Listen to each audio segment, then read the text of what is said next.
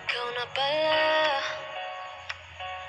ang may-ari ng damdamin ng minamahal ko. Pakisabi na lang na huwag nang mag-alala at okay lang ako. Sabi nga ng iba,